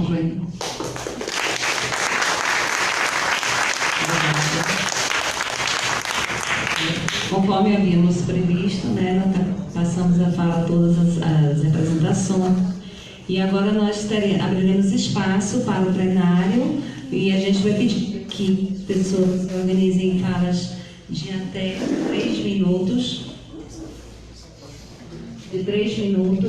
para que outros companheiros também possam participar.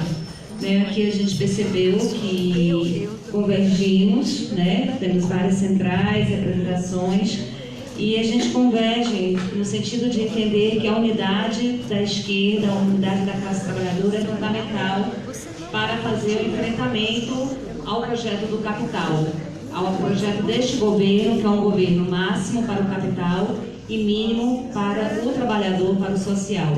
Então a gente vai abrir as inscrições agora. Eu vou precisar que vocês digam no seu nome de todos. Só um minutinho. Denise. Eu vou fazer um limite das inscrições. Okay? Eu pensei em 5, vou puxar para 7, que eu sou gente boa, pode ser? Pode. Então, Denise, Otávio, Alexandre, Sandra. Eu continuo com a mão levantada, meu amigo. Eu não sei o nome, eu estou só ouvindo. Orlando. Quanto tempo?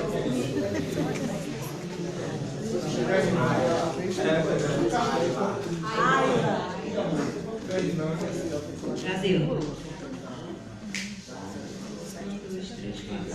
7, 8. Fechei ainda, ok? 8 vezes 3. 8 vezes 3, 24. Ok. Então, com 1 minuto eu vou avisar. E a gente vai precisar realmente que as pessoas tenham bastante cuidado com o tempo, porque a gente ainda tem uma atividade depois, né? E alguns ainda retornaram agora à noite. Então, a primeira, Denise. Eu fui anotando aqui, conforme foram me dizendo, não dá para eu olhar para todos, ok? Passar o microfone. Ok, Denise. Só pegando aqui o mesmo que o colega falou, continuando, desculpe. É porque seria impossível falar na frente para a gente filmar. Tem gente acompanhando. Desculpa. Pena que não tem um retorno, porque a gente gostaria muito de aprender um pouco mais com vocês. Só que, com relação à despolitização, nós estamos num ambiente educacional. E eu acho que não tem outra saída fora da educação. Não tem. E é um segmento que está sendo mais duramente atacado nesse momento, por talvez como um projeto como dia a dia de assim inteiro. Né? E aí é só lembrar que em 2001, não estou lembrando das datas, mas em 2001, FHC vetou aquele gasto de 7% do PIB para a educação. Só que os governos que vieram depois, Lula e Dilma, não anularam esse veto. E, em vez de investir em educação pública, fez financiamentos para a educação privada. E estudos mostraram que foi mais ou menos cerca de 8 vezes menos vagas criadas com essa transferência de dinheiro público para o setor privado do que se tivesse investido em educação pública. Então é preciso que a gente aprenda com esses erros. E eu gostaria muito de saber se mudou, porque Rui Costa está fazendo pior do que o Lula e Dilma fizeram com a educação. Pior. Então eu acho que não houve muito aprendizado também. É preciso que a gente reconheça isso e a gente tem direito de falar. Inclusive, na reunião passada das centrais, um colega nosso apanhou, porque fomos acusados de chegar na rua e malhar o Rui Costa. Nós estamos lutando também contra a ditadura. Então, aplicar entre nós também não pode falar mal de Rui Costa nas ruas. Então, companheiro, é preciso que a gente aprenda com nossos erros. Todo mundo, não digo que nós também não erramos, mas é preciso que a gente aprenda com os erros. Nós fizemos campanha para Haddad. Fizemos campanha para Haddad ferrenha. Mas não tínhamos esperança que Haddad fizesse o que era preciso fazer. Mas era menos pior. Então, nesse momento de unificação da classe trabalhadora, votadora, que a gente viu com ele não, a gente viu com a campanha de Haddad, a gente viu no vira-voto, bonito de se ver, a gente esperava realmente um avanço maior. E aí, depois disso, o Rui Costa vem, faz pior do que Lula legítima. Quer dizer, é difícil da gente aceitar uma coisa dessa. Então, a gente quer direito de falar contra Rui, como qualquer um, mas não estamos comparando Rui com Bolsonaro. É bom que fique bem claro. Mas só para responder, não tem saída fora da educação. Então, eu preciso saber, a gente, próxima eleição, se a gente for na história do menos pior do segundo turno votar no partido do PT, por exemplo, será que vai mudar isso? Será que foi suficiente isso que a gente está passando agora, com possibilidade de piorar? A gente não sabe onde é que está o fundo do poço. A gente não sabe onde é que está. A gente teve gente dizendo, fica Temer. É uma coisa que a gente está abismado, que não tem fundo esse poço. Mas é preciso que a gente aprenda com os erros e buscando a unidade sim na ação, né? Não vetando as críticas, porque as críticas enriquecem. É isso, mas é como aquela velha história, nosso bloco, vamos tentar fazer com que realmente, na prática, ninguém chote a mão de ninguém.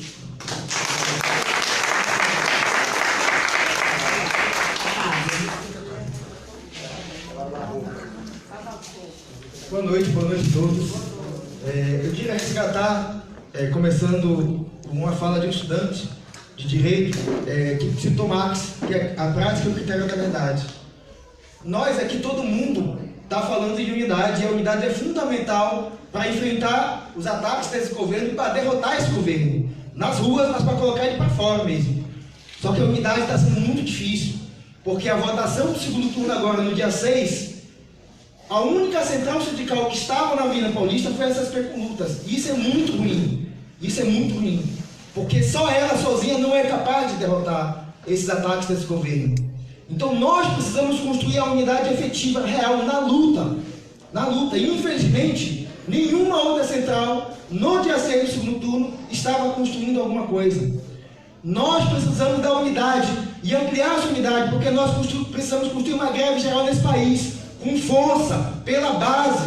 E as cidades e as entidades precisam formar comitês populares de luta para organizar essa greve geral. A base precisa construir essa greve geral. Ela tem que vir de baixo para cima, para que essa greve geral tenha força, tenha mobilização e tenha a sua efetividade de parar o país e colocar esse governo na parede, tal como os caminhoneiros fizeram há um tempo atrás. Não é difícil. O problema são as direções. E sabe por que a unidade é difícil e as direções estão difíceis de fazer a unidade? É porque os governadores do Nordeste, que são os governos do PT e do PCdoB, estão negociando essa reforma da Previdência. Eles querem incluir estados e municípios na aplicação dessa reforma da Previdência.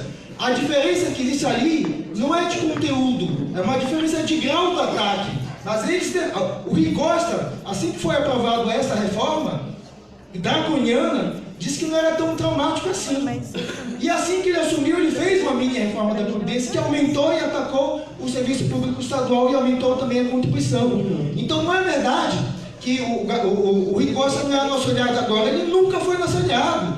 Nunca foi. O governo de Rui Costa é marcado pelas privatizações. Metrô privatizado, porto privatizado. Ele é marcado pelo genocídio da juventude negra de periferia. Todos os dias negros morrem. E ele diz ainda, vai para a TV dizer que a chacina do Cabula foi de artilheiros pelos policiais militares. Que é isso? Que aliado é esse? Ele é o nosso inimigo. Ele sempre foi.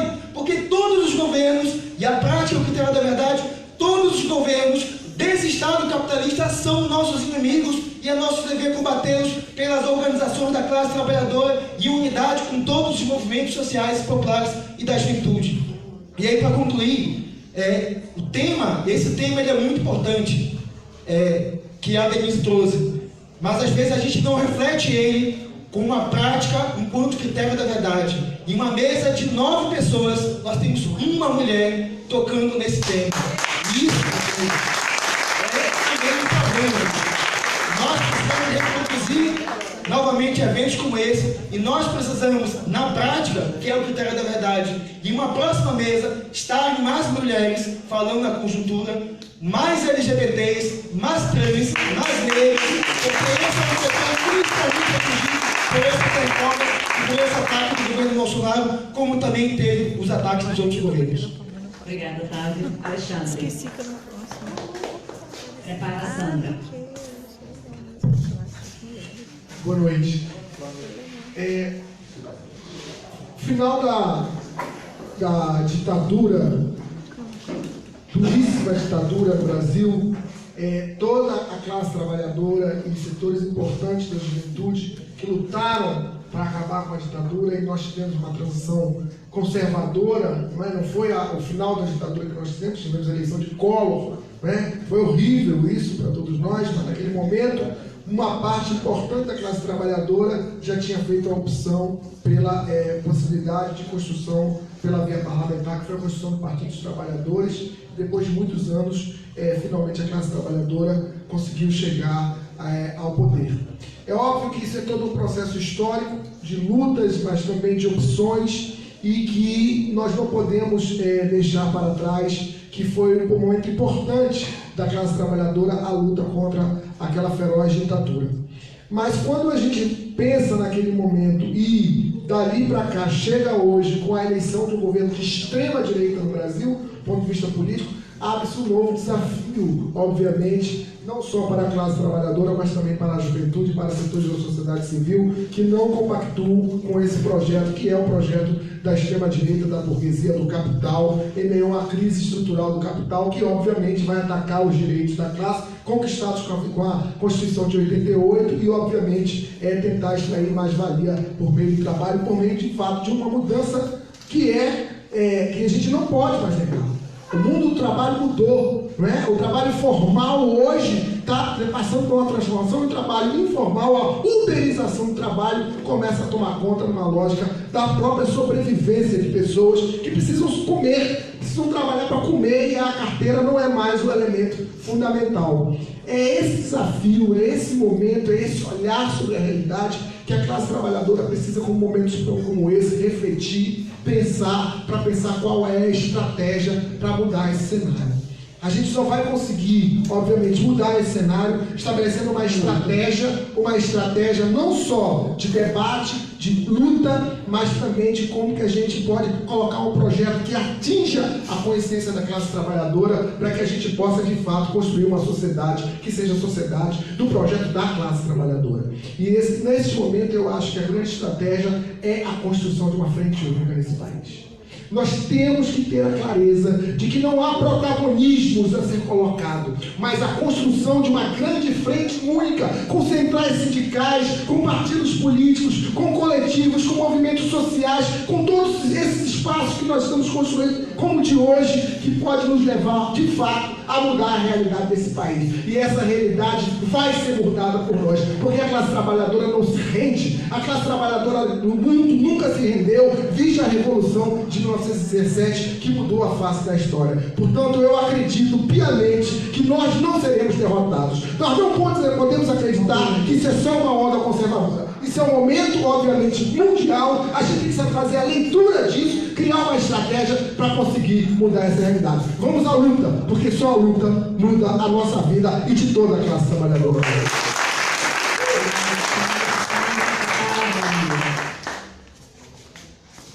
Boa noite a todas, a todos e todas. Um momento como este, um momento ímpar, um momento onde a gente consegue congregar partidos de esquerda, entidades, coletivos que atuam tanto no campo como na cidade. Eu acho que é um momento onde a gente precisa tirar lições. Então nós tivemos muitas falas interessantes, convergentes, inclusive a própria mesa chegou a sistematizar que as duas falas mais convergentes foram unidade e resistência. E aí a gente precisa tirar como uma tarefa, que deve ser uma tarefa do cotidiano, dos movimentos, no campo da esquerda, fazermos análise de conjuntura diariamente, para que a gente possa precisar o movimento da realidade. E não é fácil. Não é fácil porque a gente acaba caindo nas armadilhas neoliberais, nas armadilhas que os nossos inimigos, que controlam os meios de comunicação, controlam a economia, controlam tudo, acabam inculcando sobre as nossas consciências. Porque eles controlam aparelhos que formulam consciências sociais. E aí hoje, mais do que nunca, a gente precisa fazer uma autoanálise de como está o nosso posicionamento frente à realidade. A gente precisa debater mais revolução do que eleição. A gente precisa debater mais ação direta, ocupação, bloqueio, desobediência civil, do que está aí sendo devorado por pautas que não são nossas. Nós precisamos ser mais ofensivos do que defensivos. Nós não precisamos estar sempre aí, a cada dia, querendo responder uma pauta colocada por governo, e muitas vezes são cortina de fumaça para esconder daquilo que é essencial. A gente precisa fazer com que a classe se movimente, que ela saia, que ela toma de assalto a tarefa de ser protagonista de uma história que não é essa, a história que nós queremos. Nós precisamos voltar a acreditar nas nossas utopias de liquidação desse sistema, porque esse sistema é o fundamento de todo e qualquer processo de exploração e de opressão. Não temos mais tempo a perder, não dá mais para a gente fazer atalho, não dá. Nosso horizonte tem que ser um horizonte de superação desta sociabilidade que nós vivemos. Ou a gente toma essa história nas mãos, nós que sabemos exatamente que o nosso horizonte não pode ser o capitalismo, não pode ser o fim último da humanidade, e quando eu coloco isso, é a gente não se conformar que a terceirização, nós não possamos mudar. Então, ação direta, luta, em vez da gente estar aí envolvida numa chamada esquerda liberalizante. A gente tem que ser uma esquerda revolucionária.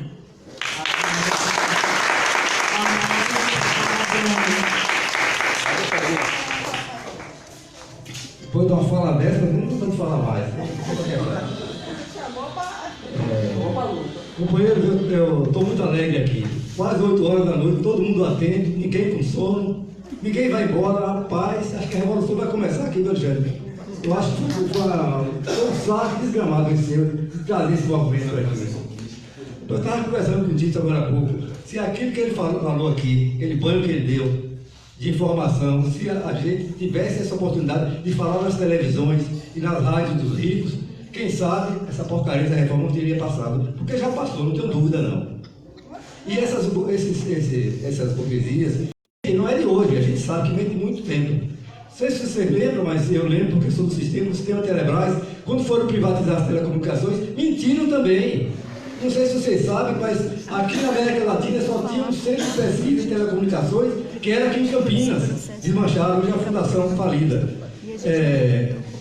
A gente não era contra que viesse as outras empresas competir aqui não, até porque melhorava, o pessoal ia ter uma opção de ter um telefone mais barato, mas não. Eles privatizaram tudo, não deixou nenhuma empresa para regular o mercado, e hoje a gente vê aí as maiores tarifas do mundo estão aqui no Brasil. Todo isso tem que estar trocando de chip, porque você não consegue pagar as ligações. Então eles mentem para a gente, não é de hoje. E só tem uma saída, companheiros. A saída é ir para as ruas, é fazer uma atividade como essa aqui nas praças. Toda a cidade do interior tem um dia de feira, ir para as feiras. Em Salvador, ir para a feira de São Joaquim, ir para Sete Portas, não ficar na Piedade, onde a gente fica falando para militantes, ir para ponto de ônibus, onde está a massa, falar com o povo, que a única saída que o povo tem para reverter isso aqui é pelo povo mesmo. Hoje em dia, a maioria dos brasileiros é terceirizada, Alexandre. Quase todos os brasileiros hoje é empresa terceirizada. A empresa que eu trabalho, o segmento que eu estou aí na estatal, a ex-estatal que é hoje, que era a Telebahia, porque eu estou no sindicato, senão... Um minuto? Porque senão eu já estava demitido. 90% dos empregos de telecomunicações hoje são terceirizados. Ou esse pessoal que a gente chama prestadores, que faz serviço para prestadora, para operadora, ou os call centers, que os países hegemônicos não querem lá, manda para os países periféricos para matar as pessoas. Não chega para as estatísticas da sociedade, não sai nas rádios e nas televisões dos ricos, mas as pessoas se suicidam, pessoas de call center, porque ganham pouco, são muito pressionados e não conseguem mais aquela vida, não dá tiro na cabeça, que a gente não quer falar, mas toma veneno, toma chumbinho. É muito comum o pessoal da Atento, que é uma empresa espanhola, sediada em Miami, mas está aqui na periferia do planeta, as pessoas tomarem chumbinho em São Paulo, porque são precarizados, não vê saída. E a saída, cadê que a gente organiza esse povo? Nós, como combativos, revolucionários, que estamos aqui acreditando no trabalhador, é que temos que mudar isso aí. Eu acredito na nossa força. A luta é essa.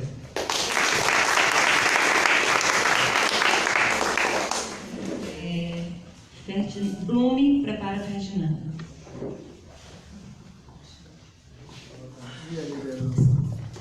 Meu vice-presidente. Bom, eu acho que esse dia realmente vai entrar, já pode colocar na história aí uma inflexão. Né? Há um ditado que dizia que a esquerda só se reunia na cadeia. Né? Mas a gente já está melhorando, está se reunindo no divã, né? Mas acho que é importante essa brincadeira, né? Da gente, da gente fazer uma análise mesmo, né? Uma autoanálise sobre por que nós chegamos nessas condições, né? E aí a Milton estava lembrando um pouco da reorganização da classe trabalhadora pós-ditadura, em que, apesar do mundo inteiro ser neoliberal, nós aqui estamos garantindo os direitos fundamentais básicos, né? Ou chegando próximo de um estado de bem-estar social, ou pelo menos desejando isso. E aí eu lembro que quantas categorias na década de 80, né? Bancários, metalúrgicos, né? Petroquímicos, petroleiros. Eu sou de uma região industrial, Baixada Santista.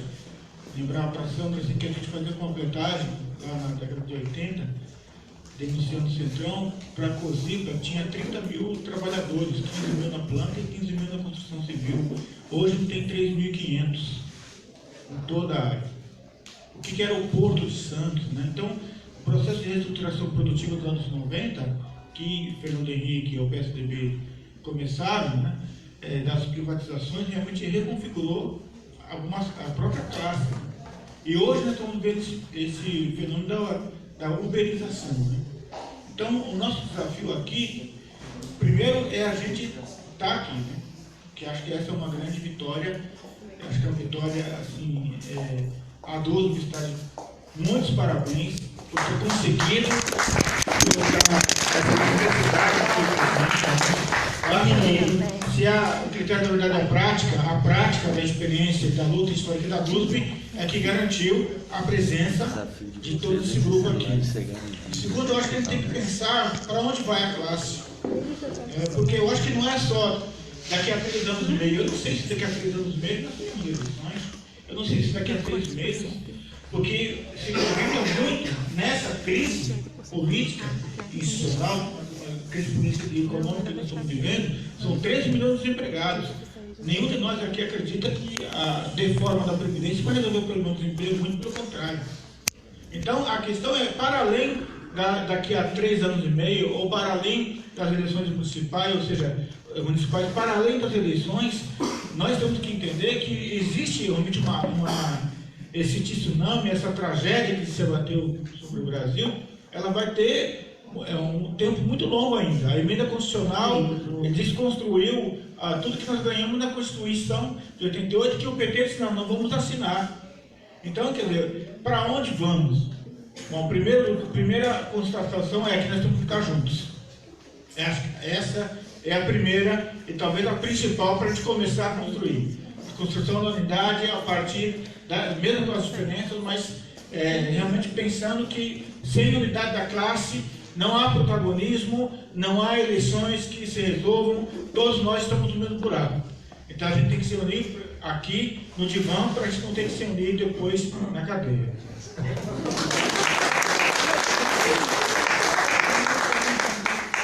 Ferdinand, prepara a Ayla.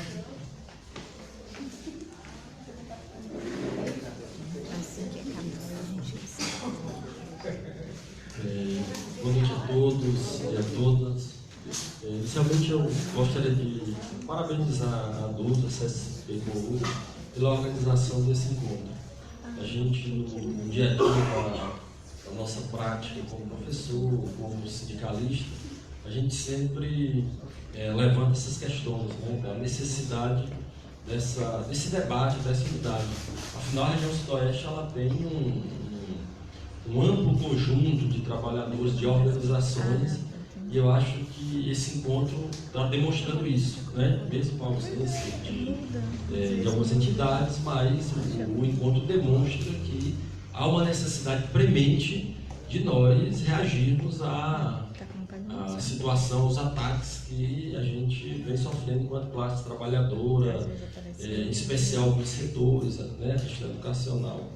E não são ataques, como foi colocado aqui, que vem no âmbito federal, estadual e municipal. Ou seja, a luta ela não pode ser pensada apenas no setor específico. Não, a gente tem que fazer uma análise mais global. E nem só também no âmbito do Brasil. Eu sempre, quando eu discuto com alguns colegas, eu tento sempre colocar a questão da geopolítica, né? O Brasil é um país estratégico na América Latina, né? E esse avanço do capital sobre a América Latina, o Brasil é importante. Você vê a questão da Argentina hoje, né? De como os Estados Unidos tenta garantir essa hegemonia no âmbito da América. Isso é uma questão geopolítica, quer dizer, a saída do Brasil dos BRICS foi a primeira coisa que, né, o governo tentou fazer e fez efetivamente, é toda uma geopolítica que está aí. Então, nós temos que pensar de um ponto de vista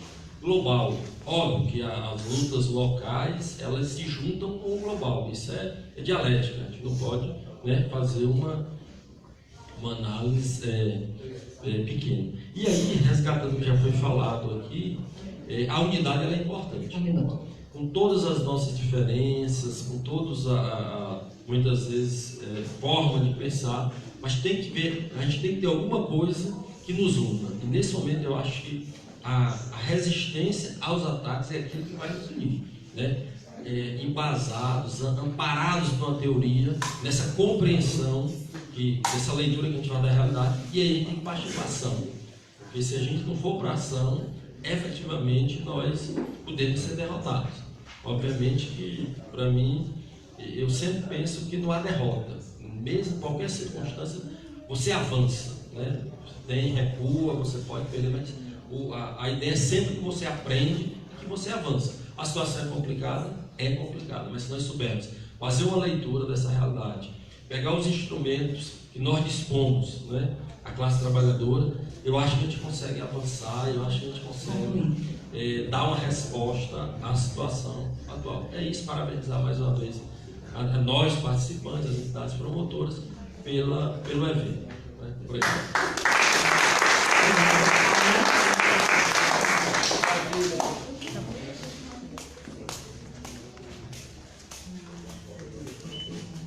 Boa noite.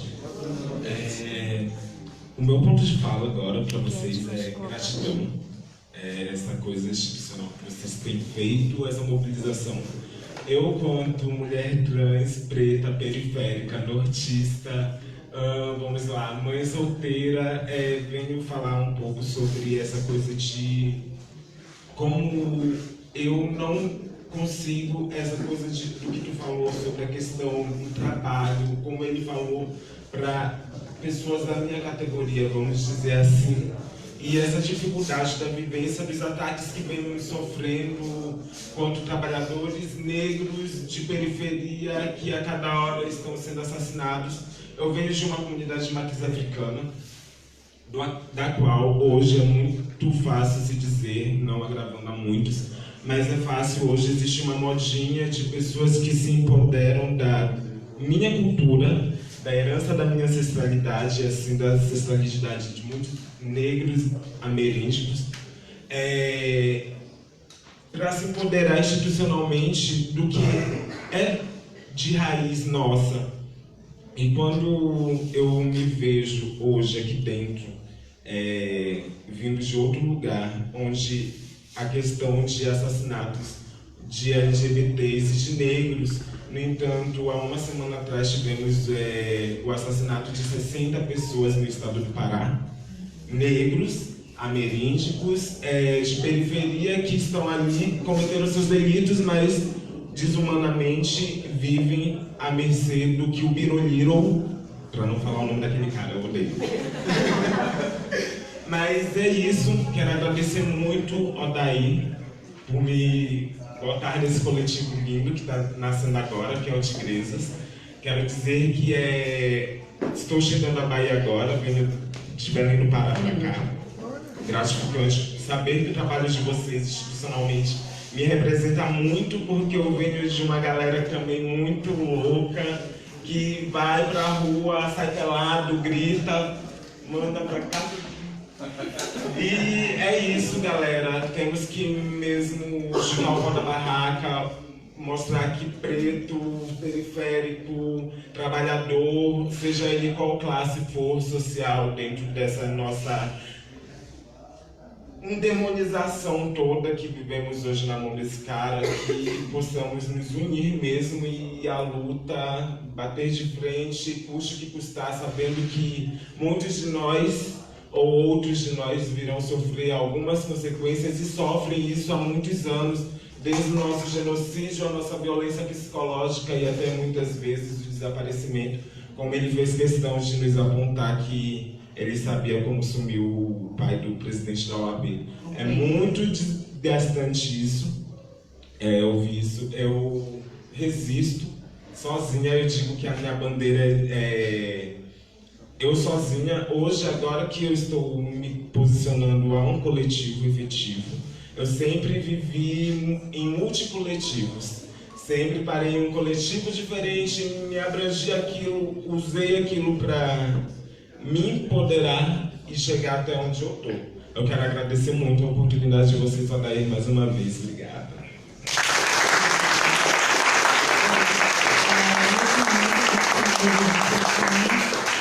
E em nome da ADUSB, a gente gostaria de agradecer a participação de Hamilton, Denise, César, Edmilson, Noeci, Gustavo, Renan, Saulo e Enoque, né, de juntos fazermos esse debate em construção da unidade e da necessidade de reconhecimento de continuarmos na luta.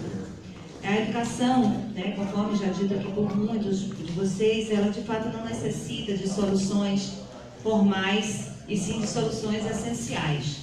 Não basta a gente ficar apenas no campo da aparência e não tocar a essência.